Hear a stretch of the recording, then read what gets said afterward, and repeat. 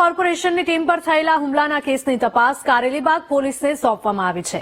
એસએમસીની team ઉપર bootlegger અને તેના મળતિયાઓએ પથ્થરમારો કર્યો હતો। હુમલો થતા પીએસઆઈએ સ્વબચાવમાં રાઉન્ડ ફાયરિંગ કર્યું હતું। દારૂનું કટિંગ ચાલતું હતું એ સમયે એસએમસીની ટીમે દરોડા પાડ્યા હતા। સમગ્ર કેસમાં 3 આરોપી પકડાયા છે।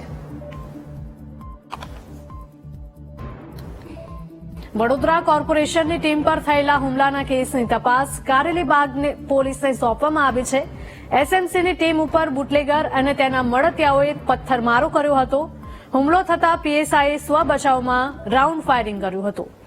દારૂનું કટિંગ ચાલતું હતું એ સમયે એસએમસીની ટીમે દરોડો પાડ્યો હતો।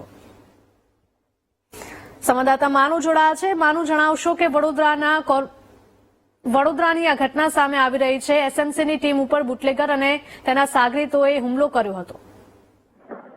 હિરલ, શનિવારના દિવસે આ રાત્રે ઘટના બની હતી। સ્ટેટ મોનિટરિંગ સેલની ટીમે જે વડોદરાના હરણી વિસ્તારમાં આવેલા દત્તીપુરામાં રેડ પાડી દારૂનું કટિંગ ચાલી રહ્યું હતું ત્યારે એસએમસીની ટીમે રેડ પાડી। આ દરમિયાન બુટલેગર અને એના માણસો દ્વારા એસએમસીની ટીમ ઉપર હુમલો કરવામાં આવેલો। પીઆઈ દ્વારા 2 રાઉન્ડ ફાયરિંગ પણ કરવામાં આવ્યું। સમગ્ર મામલામાં 60 લાખનો મુદ્દામાલ કરવામાં આવ્યો હતો। 3 આરોપીઓ પકડાયા હતા।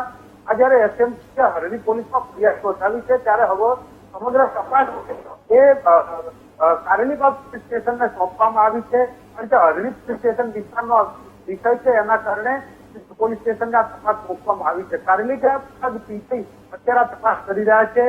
ફરાર બુટલેગર અને અન્ય 3 માણસો જે ફરાર છે એમને શોધવા અને સમગ્ર મામલે ફરિયાદ દાખલ કરીને અત્યારે કાર્યવાહી કરવામાં આવી છે। જી માનુ, આભાર।